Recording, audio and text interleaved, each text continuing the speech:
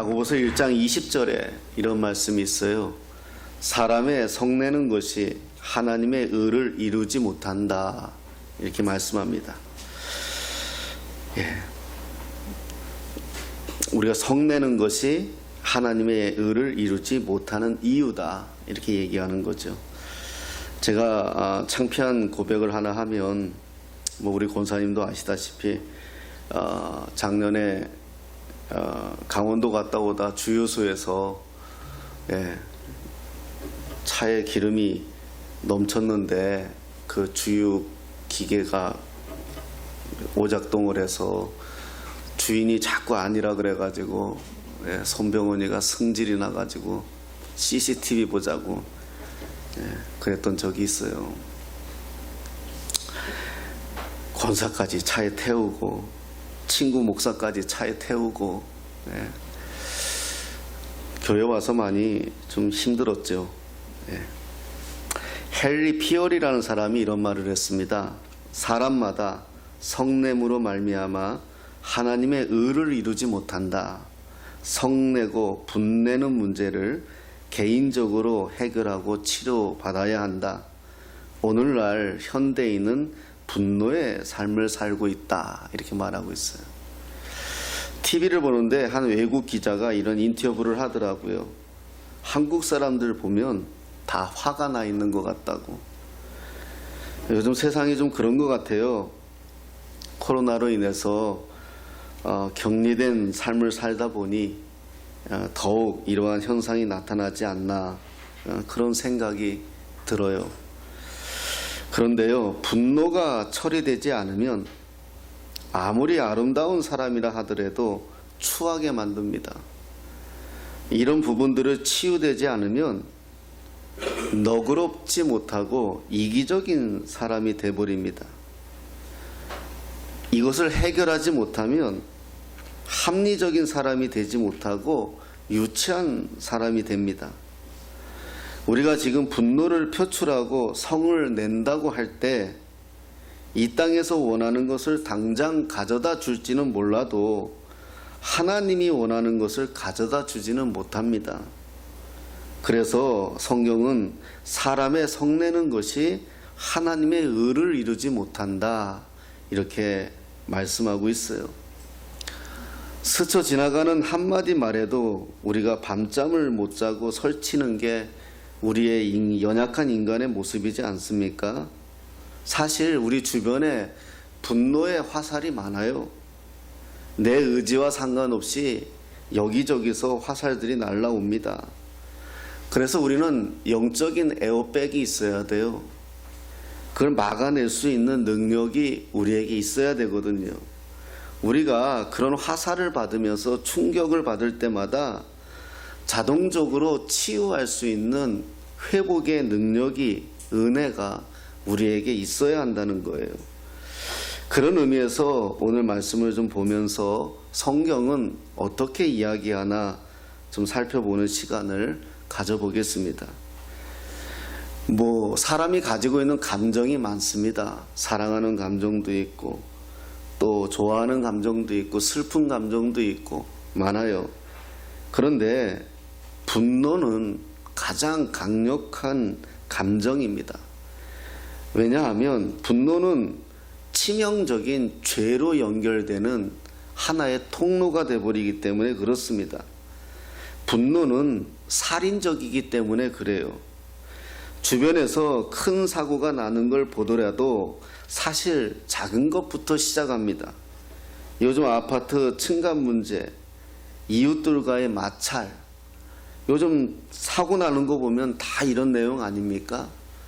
좀 한 번 정도 여유만 가져도 그런 일이 없을 터인데 TV에 나오는 내용들 보면 참 큰 일들이 많습니다. 여기서 우리가 눈여겨보아야 할 것은 분노의 가장 위험한 요소 중 하나는 격분한 행동을 표출하고 나서 그것을 전적으로 정당화시키는 겁니다. 제가 주유소에서 다툴 때도 그랬어요. 원인은 물론 주인이 했죠. 그러나 분노는 내가 낸 거거든요. 그럼 내 잘못입니다. 충분히 설득시키고 이해시킬 수 있는 기능이 내 안에 있음에도 불구하고 그 순간은, 그래서 다이제스트라는 책을 보니까 사람이 화를 낼 때 지능 지수가 50 이하로 떨어진답니다. 그러니까 강아지 수준이 되는 거예요. 화를 낼 때는 사람들이, 어른들이 그러잖아요. 개 같다고. 떨어지는 거예요. 다른 죄와 마찬가지로 분노는 한 사람만의 문제로 끝나지 않습니다. 우리 중에 분노 가운데 자유로운 사람은 아무도 없어요. 분노하고 화를 내고 나서 우리는 자신을 변명하지요. 정당화합니다. 네가 이래서 내가 이러지 않았느냐, 그럽니다. 사실 분노나 화를 내거나 참지 못하는 것은 내 문제입니다. 그리고 내 문제는 나의 통제력이 없다는 겁니다. 우리가 이걸 배우고 자랐어야 하는데 이걸 배우고 자라지 못했어요. 제 경우 같아서는 학교에서도 배우지 못했고 부모에게서도 배우지 못했어요. 그러니 분노가 하고 화를 나면 참지 못하는 것이 내 문제인 거예요. 처음에는 아이가 잘못해서 혼을 냅니다. 그러면 잘못한 것만 혼을 내야 되는데 내 감정이 섞여버려가지고 분노가 돼버리면은 그 아이의 감정까지 상하게 만들어버리거든요. 잘못한 부분만 이야기해서 그걸 교정시켜 주어야 되는데 그 아이는 처음에는 잘못한 걸 인정하다가 부모가 분노가 감정이 돼버리면 잘못한 것 때문에 엄마가 아빠가 화를 내는 게 아니라 지금 엄마 아빠가 화가 나 있구나 이렇게 생각돼 버리면 자기가 잘못한 걸 인정하지 않습니다. 그건 엄마가 화났잖아, 아빠가 화났잖아 이렇게 돼 버리는 거죠. 분노가 무서운 것은 발생하면 참을 수가 없습니다. 일단 분노하게 되면, 화가 나면 참을 수 없는 상황까지 가버립니다. 자세히 그 원인이나 동기를 찾아볼 능력이 없습니다. 저는 이 분노에 대한 유일한 치유는 성경에서 찾아볼 때 온유라고 생각을 합니다. 성경에서도 그렇게 가르칩니다. 그런데 성경적인 의미의 온유함은 유약함하고는 다른 것입니다. 온유함의 의미는 말이 있는데 말이 원래 야생에 있던 말이 사람을 안 태웁니다. 그런데 계속된 싸움 가운데 사람이 말을 타면, 자기의 등을 허락하면 그때부터는 그 사람에게 자기의 허리를 허락합니다. 그게 온유예요. 힘 좋은 말이 훈련을 통해서, 왕성한 말이 훈련을 통해서 복종되어지는 거, 이게 온유입니다. 힘을 사용할 수 있는 능력이 최고조에 있음에도 불구하고 그 힘을 사용하지 않기로 선택할 때 그 선택이 건설적인 것이죠. 온유함은 해를 끼치려 하지 않고 평화를 심으려고 노력합니다. 오늘 성경의 본문은 이렇습니다. 선지자 사무엘이 죽어요. 사울에게 마지막 남아있던 사무엘이 죽자 하나님의 말씀을 대원해 주는 사람이 없으니까 사울은 어때요? 자신을 구속하는 구속력이 없어지는 겁니다. 그러자 어떻게 합니까? 다윗을 강하게 핍박하고 하나님의 기름 부음 받은 자를 핍박하죠. 그리고 다윗은 어떻습니까? 결국은 아들에게도 압살롬에게도 핍박을 받지만 부하들을 데리고 유다를 떠나 광야로 나갑니다. 그래가지고 광야에서 일정한 기간 지내게 되는데 사람들은 따라왔지, 먹을 것은 없지, 지금 자기는 쫓기는 신세가 되지 않았습니까? 그래서 그 지역에 유지인 나발이라는 사람이 있어요. 그 나발이라는 사람의 그 근처에서 자리를 잡고 나발의 염소와 양떼를 보호해 주기로 결심합니다. 그리고 양털을 깎는 시기가 되자 다윗은 나발의 재산을 보호해준 대가로 뭔가를 얻을 수 있을 거라고 기대합니다. 딸린 식구들이 있으니 그것으로 그들을 먹일 수 있다고 생각한 것이지요. 그런데 기대했던 나발은 그런 제의를 거절하고 심지어 모욕을 합니다. 다윗은 즉각적이고도 가혹하게 응수하기로 결정을 합니다. 화가 엄청났죠. 다행히도 어리석은 나발에게 지혜로운 아내 아비가일이 있어요. 그래서 서양의 이름이 아비가일이라는 이름이 참 많아요. 아비가일이 있습니다. 그녀가 이 일을 중재합니다. 다윗의 분노를 잠재우기 위해서 아비가일이 쓴 전략이 뭐냐 하면 25장 18절입니다. 25장 18절 19절에 아비가일이 급히 떡 200덩이와 포도주 2 가죽 부대와 잡아서 요리한 양 5마리와 볶은 곡식 5세아와 건포도 100송이와 무화과 뭉치 200개를 가져다가 나귀들에게 싣고 소년들에게 이르되 나를 앞서 가라 나는 너희 뒤에 가리라 하고 그의 남편 나발에게는 말하지 아니했다. 이렇게 성경은 말해요.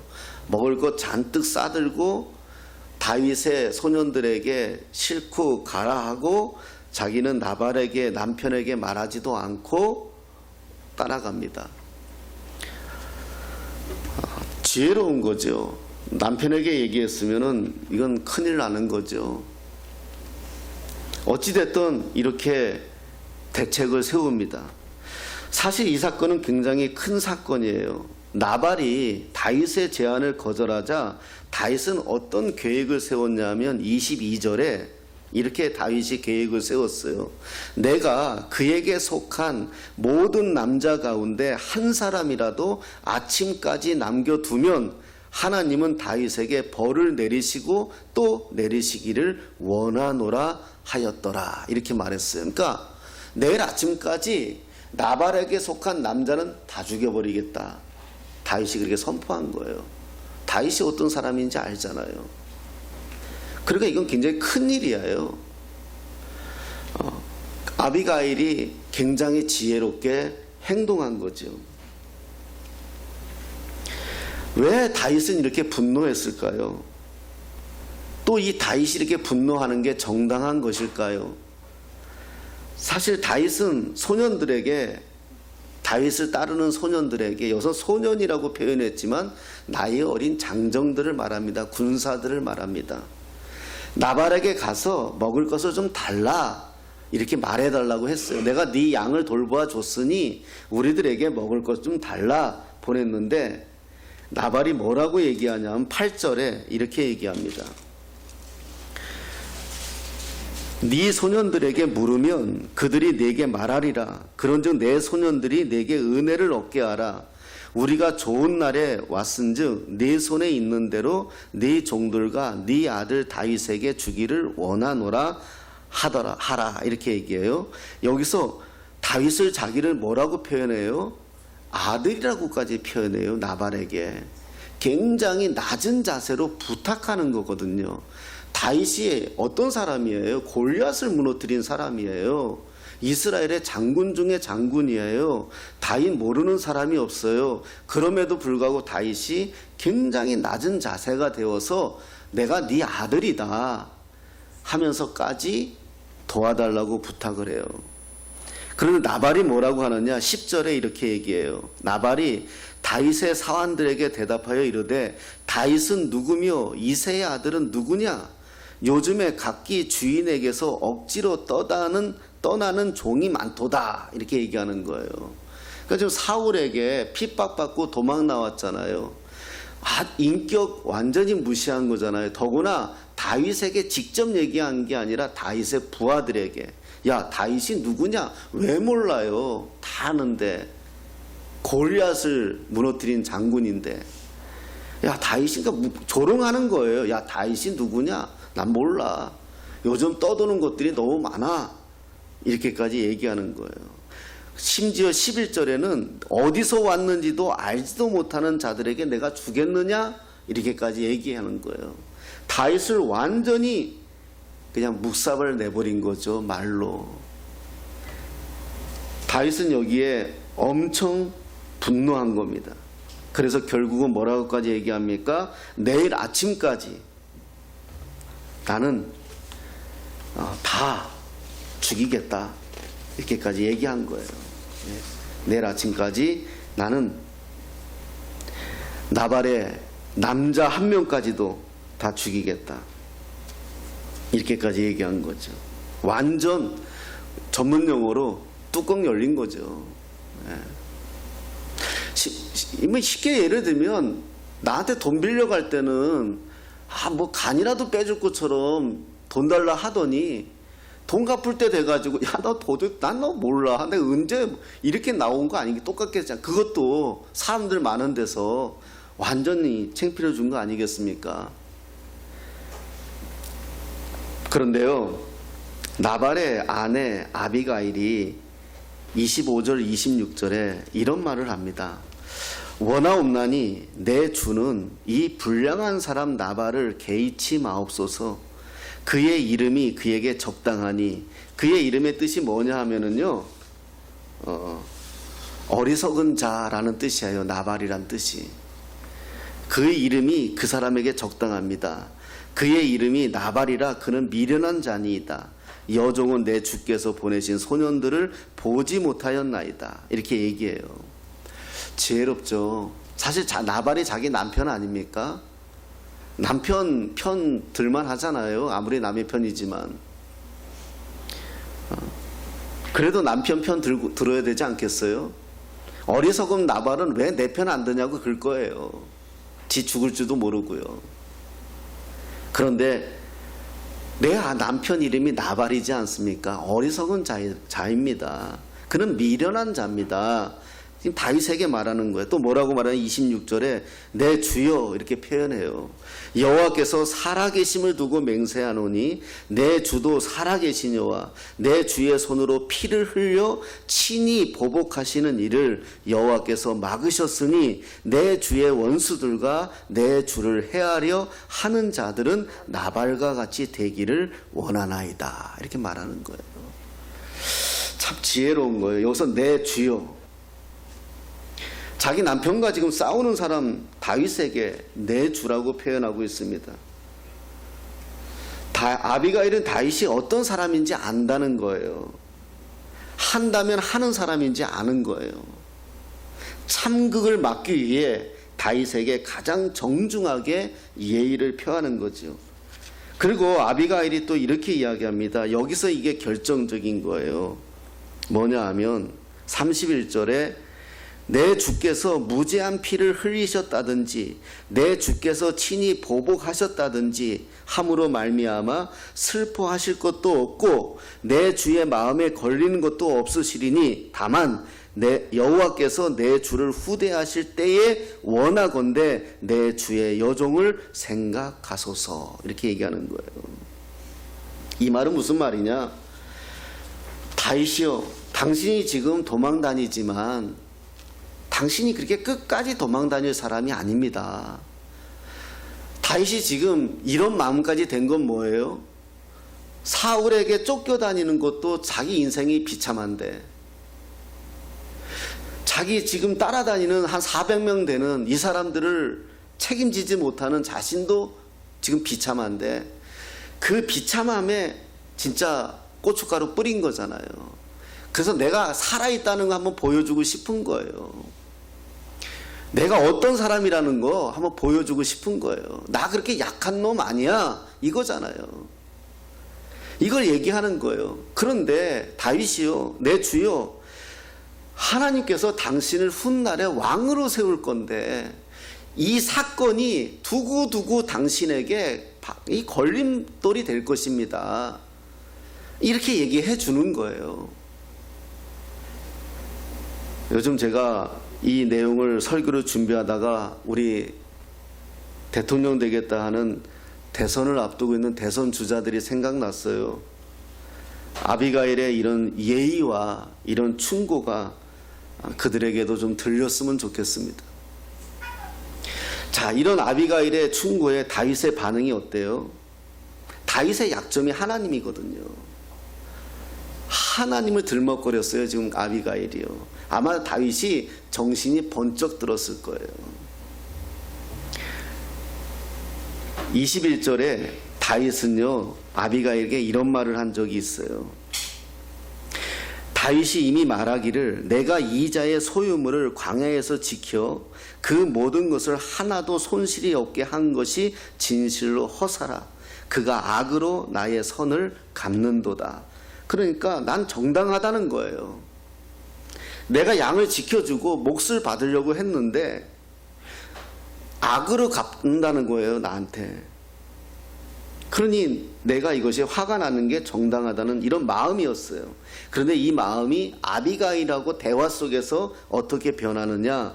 32절에 다윗이 말합니다. 아비가일에게 이르되 오늘 너를 보내어 나를 영접하게 하신 이스라엘의 하나님 여호와를 찬송할지로다. 하나님이 기억난 거예요. 자기가 좀 화가 난 것이 하나님 없었다는 것을 기억하는 거예요. 생각나는 거예요. 우리가 화가 났을 때 예수 믿는 사람이 예수님만 생각나도 우리가 사고 안 쳐요. 자기 속에 있는 얘기 다 못해요.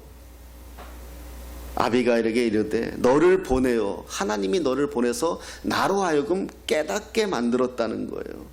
그러면서 아비가일에게 이런 칭찬을 합니다. 네 지혜를 칭찬할지며 또 내게 복이 있을지로다. 오늘 내가 피를 흘릴 것과 친히 복수하는 것을 네가 막았다. 이렇게 표현하는 거예요.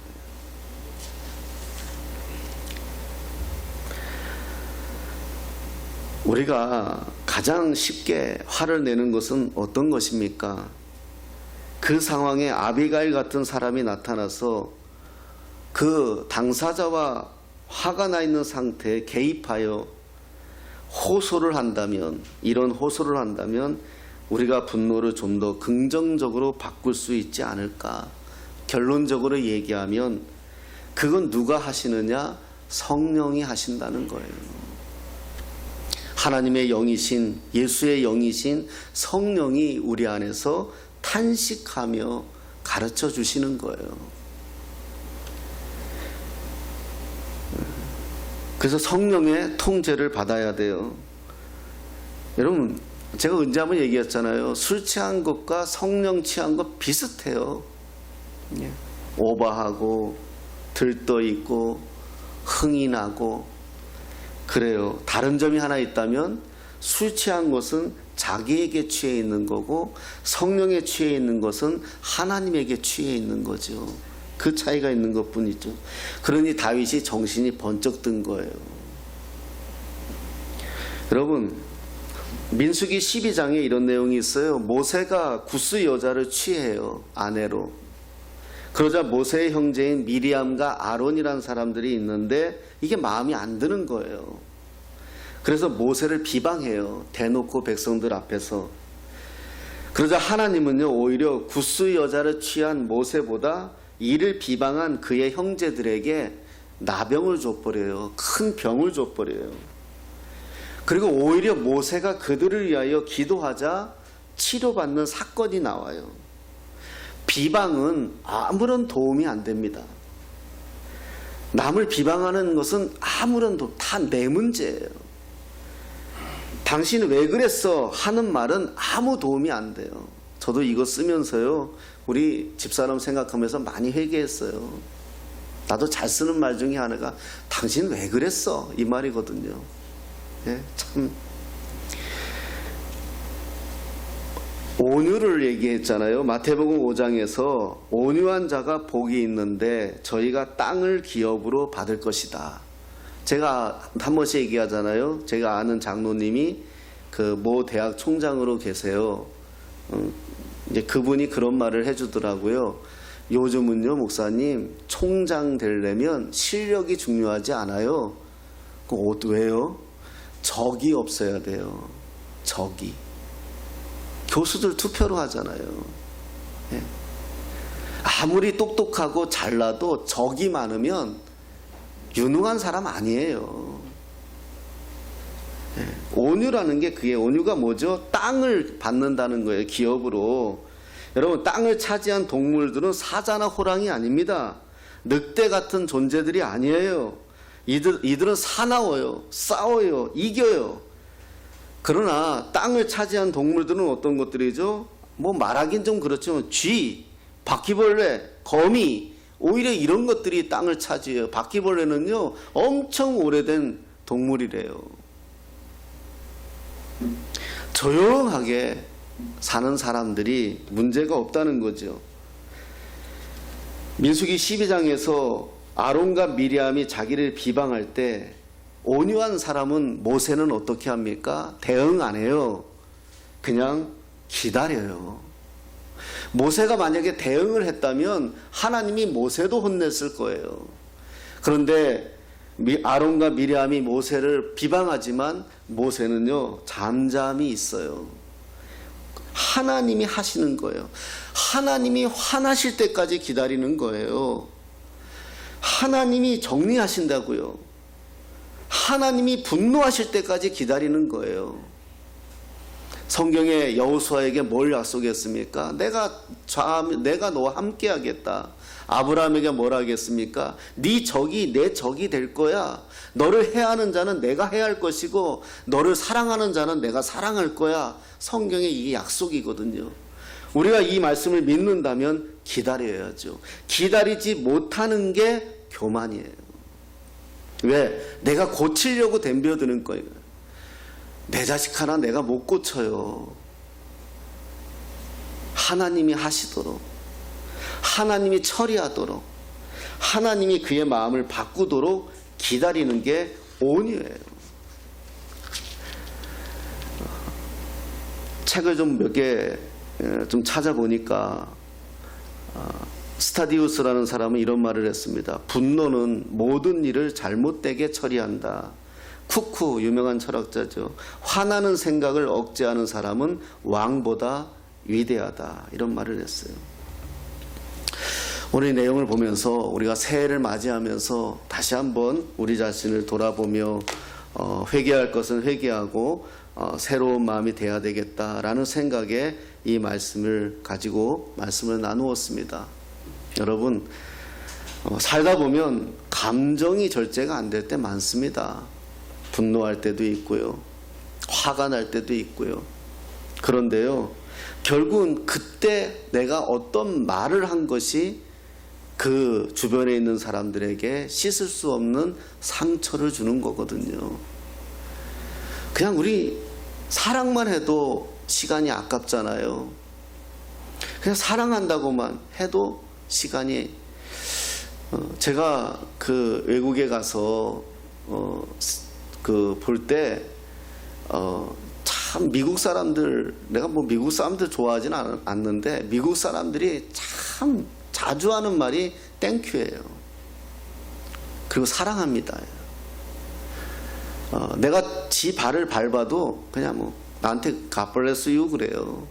내가 지 발을 밟고 우리가 자기 면전에서 이렇게 나도 모르게 기침하면 얼마나 화나요. 그런데도 그냥 씩 웃으면서 God bless you 그래요.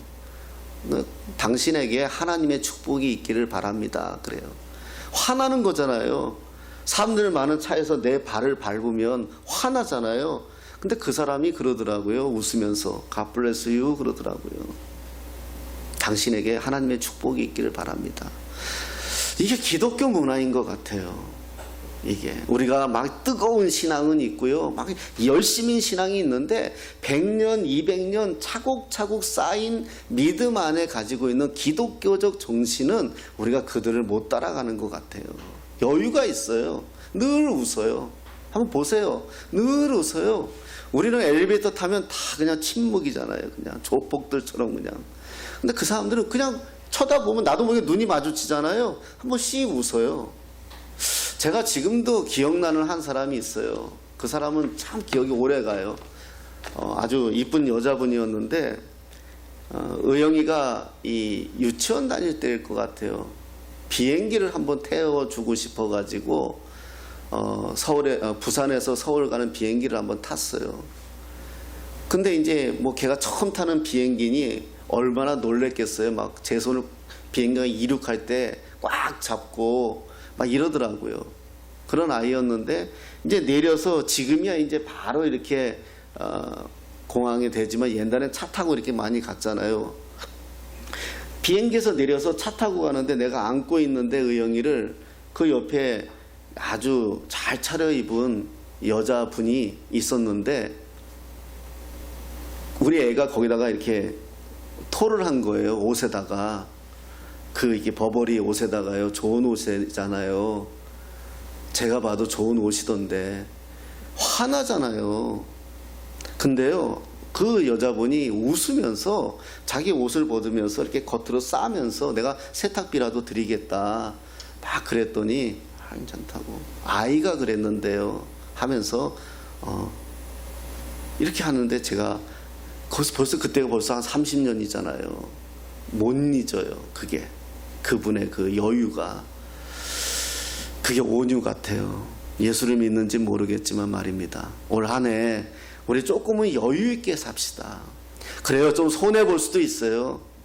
때로는 내 맘대로 안 될 때도 있고 섭섭할 때도 있어요. 신앙이 뭔가요? 하나님 잘 믿는다는 게 뭔가요? 율법적으로 하나님 잘 믿는 게 중요한 게 아니라 예수가 내 안에 살아있는 게 신앙생활 잘하는 거잖아요. 그래서 예수가 내 안에 살아있어서 나타나는 거잖아요. 내 본성이 나타나는 게 아니라 내 승질머리가 나타나는 것이 아니라 내 안에 예수의 모습이 나타나는 거잖아요. 참지 못하는 게 참아지게 되고 용서하지 못하는 게 용서하게 되고 기다리지 못하는 거 기다리게 되고 그런 마음이 우리가 신앙생활 잘하는 거잖아요.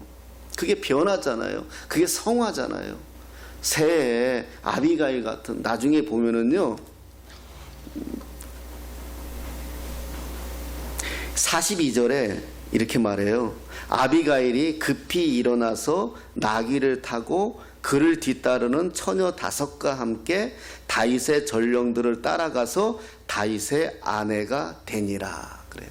여러분 이거 다윗이 아비가일을 남의 마누라를 뺏어간 게 아니고요. 지금으로 생각하면 안 돼요. 지금으로 생각하면 이제 오해하고요. 이때 벌써 적어도 한 3,000년 전 이상이잖아요. 우리가 사는 이런 지금 이런 게 아니거든요. 그때는 힘 있는 사람이 당연한 거였고 이런 거였어요. 근데 결국은 아비가일이 다윗의 아내가 돼요. 다윗이 완전 반한 거죠. 이런 지혜로운 여인을 내 옆에 두면 나는 실수하지 않겠다. 아마 그런 생각을 가졌는지도 모르죠. 그런 것 같습니다. 말 한마디가 우리의 인생을 바꿀 수도 있고요. 따뜻한 격려 하나가 한 사람을 제대로 세울 수도 있다고 생각이 듭니다. 우리 새해에 이러한 지혜로운 아비가일 같은 지혜로운 자, 또 다윗과 같이 아무리 어떤 상황에서도 하나님을 기억하며 자신을 해결할 수 있는, 통제할 수 있는 그런 성령의 통제 아래 우리가 살아가시는 귀한 복된 새해가 되시기를 예수님의 이름으로 축복합니다.